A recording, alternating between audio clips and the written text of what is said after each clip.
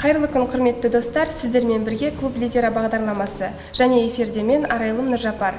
Бүгін бізде қонақта Жас түлек студенттер театрының жетекшісі Әсем Қабдылова. Қош келдіңіз, Әсем. Қош көрдік, сәлеметсіз бе? Ең алдымен өзіңізді таныстыра өтсеңіз. Мен гуманитарлық факультеттің 2-ші курс білімгері Қабдылова Әсем боламын. Қазіргі таңда гуманитарлық факультеттің студенттік театрының жетекшісі болып табыламын, және де студенттік декан болып табыламын. Рахмет. Театр клубының басты мақсаты қандай? Театр клубының басты мақсаты ол студент жастардың бойындағы актерлік қабілетті ояту, сахна мәдениетін үйрету болып табылады. Бұл клуб жалпы қашан құрылды, қандай жұмыстар атқарылуда? Бұл клубтың құрылғанына 10 жылдан асты.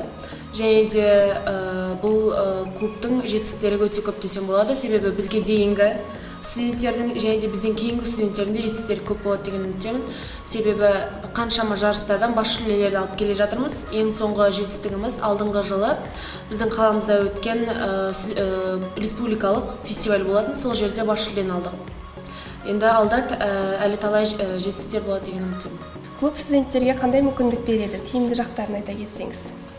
Клуб студенттерге олардың бойындағы таланттарын ашуға көмектеседі, бойында қандай да бір актерлік қабілет, сахнаға дейін бейімділік болса, соны ашуға көмектеседі. Өзін сахнада еркін ұстауды, және де өз-өзін көрсете білуді, дұрыс сөйлеу, тіпті біз ораторлық дейді ғой да, соған да басты назар аударамыз. Себебі ол ойын кез келген жерде еркін жеткізе алатындай болады. Және де сахна мәдениетінің өзі ол студент жастарға үлкен бір мәртебе десек болады. Жалпы жұмыс кестесі қандай? Жұмыс уақыты бізде алда белгілі бір қойылымдар болса, фестивальдер болса, жарыстар болса, бізде мейлінше тығыз болады. Яғни аптаның ішінде 2-3 реттен болуы мүмкін. Ол бір белгілі бір қойылымға дайындық кезінде.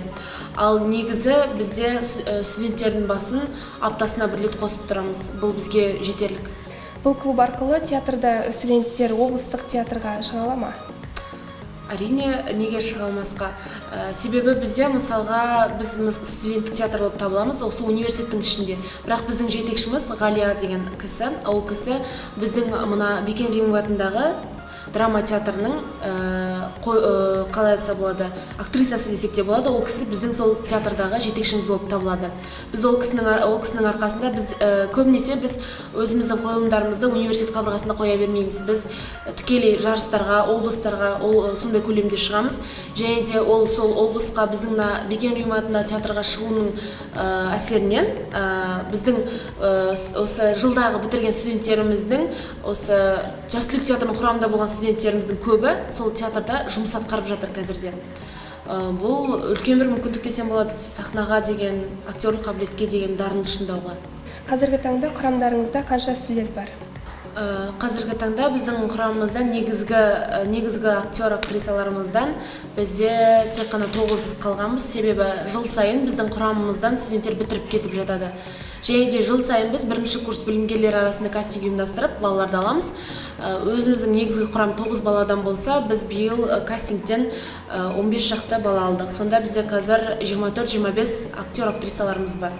Әсем, сұхбатыңызға рахмет. Сіздерге сәттілік пен тек қана алдағы уақытта жеңістер тілейміз. Рахмет, сіздерге де шығармашылық табыс тілеймін. Ал мен сіздермен қоштаспаймын, келесі кездескенше.